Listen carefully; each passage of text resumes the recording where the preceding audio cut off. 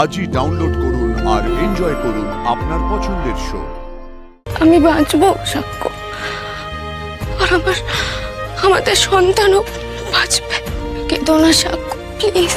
সায়ন্তনী আমার সন্তানকে পৃথিবীর আলো দেখতে দেবে না বলেছে ঠিক, কিন্তু সেটা আমি হতে দেব না, সেটা আমি কিছুতেই হতে দেব না। আমার সন্তান এই পৃথিবীর আলো দেখবেই। একটা প্রাণ যখন আমার গর্ভে এসেছে, তখন তাকে পৃথিবীতে আনার দায়িত্ব আমার। একজন দায়িত্ব জ্ঞানহীন মা হয়ে আমি কিছুতেই মরে যাব না। আমি আমি বাঁচবই, বাঁচবই আমি। আশি, তোমার শরীর ভালো নেই, প্লিজ তুমি এত কথা বলো না, এত উত্তেজিত হয়ে পড়ো না। তুমি এখানে বসো। না না না, ভালো নেই তো কি হয়েছে? আমি ঠিক হয়ে যাব, আমি ঠিক হয়ে যাব।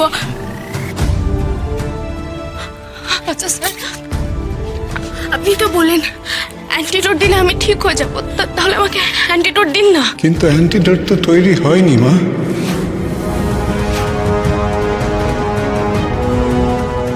তাহলে তো কোনো সমস্যাই হতো না।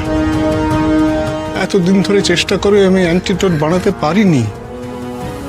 পারেননি তো কি হয়েছে, এখন বানান। এই কয়েক ঘন্টার মধ্যে কি করে বানাবো বলো? স্যার আপনি পারবেন প্লিজ। এরকম পরিস্থিতি তো আগে কখনো আসেনি, তাই না? আজ আমার শরীরে ভাইরাসটা ঢুকেছে বলে আমার সন্তানের পৃথিবীতে আসার রাস্তা বন্ধ হয়ে যেতে বসেছে। ডাক্তারবাবু, আমার বাবা বলে একটা কথা জানেন, যে কোনো জিনিস যখন কিছুতেই হয় না, তখন সেটা হওয়ানোর জন্য একটা জোর ধাক্কা লাগে। মনে করুন না, এটাই আপনার অ্যান্টিডোট তৈরি করার জন্য একটা ধাক্কা। প্লিজ ডাক্তারবাবু, প্লিজ, আমার জন্য না হলেও আমার সন্তানের জন্য আপনাকে পারতেই হবে স্যার, আপনাকে পারতেই হবে।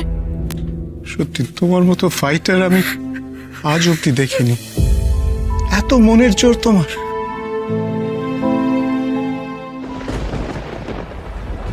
হ্যাঁ বাবা, আমিও খেয়াল করেছি ওর মারাত্মক মনের জোর। কি জানো তো মা, যার এত অদম্য বাঁচার ইচ্ছে, তাকে জমও কখনো টেনে নিতে পারে না। আমি অনেক কিছু হারিয়েছি ডাক্তারবাবু, অনেক লড়াই করেছি, অনেক কষ্ট করে এই জায়গায় এসেছি।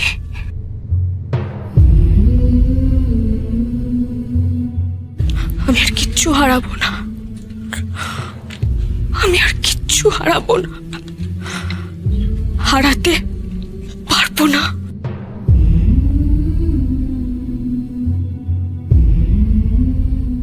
আশি, আমি আছি তোমার সাথে। কিছুক্ষণ আগেও আমার মনে হয়েছিল আমি এই অ্যান্টিডোট বানাতে পারবো না, কিন্তু এখন তোমার ওই বাঁচার জেদ দেখে আমারও জেদ চেপে গেছে। আমাকে পারতেই হবে। তোমাকে আমি কথা দিচ্ছি, এই ভাইরাসের অ্যান্টিডোট আমি 62 আওয়ার্সের মধ্যেই তৈরি করব।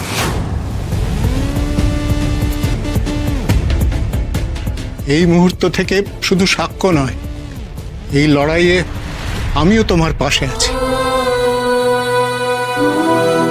বাবা, আমি এক্ষুনি পুলিশকে ফোন করছি। কুন্তলকে আমাদের ধরতেই হবে।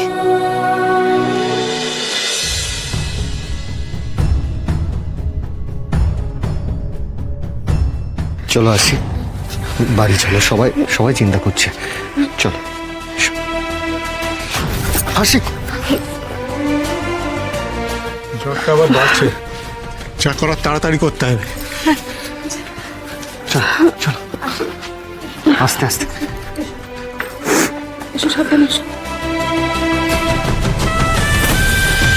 বিনয়, আমি তোমাকে পরিষ্কার করে বলে দিচ্ছি, তোমাকে ছাড়া আমি এদের কাউকে বিশ্বাস করি না।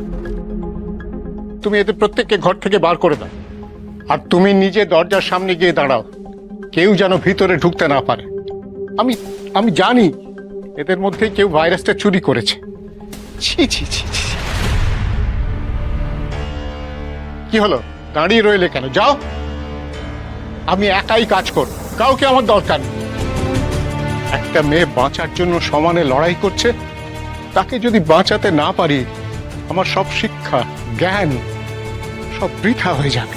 আমি কিছুতেই হারতে পারবো না। বিনয়, তুমি সবাইকে এক্ষুনি এখান থেকে বের করে দাও। আমি সারা রাত একাই কাজ করব, কাউকে আমার দরকার নেই। যাওয়ার সময় দরজাটা বন্ধ করে দিয়ে যেও। স্যার, এই সবাই বাইরে চলো প্লিজ।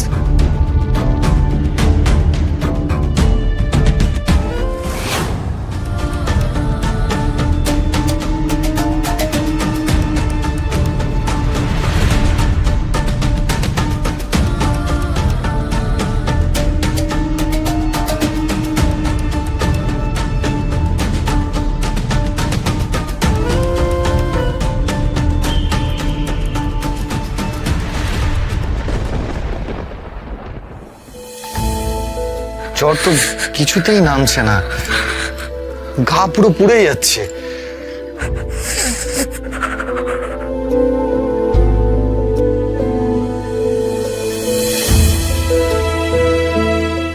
কমবে কমবে সাক্ষ্য, অ্যান্টিডোট দিলেই আমি ভালো হয়ে যাব। কিন্তু আমার যে খুব ভয় করছে এইভাবে।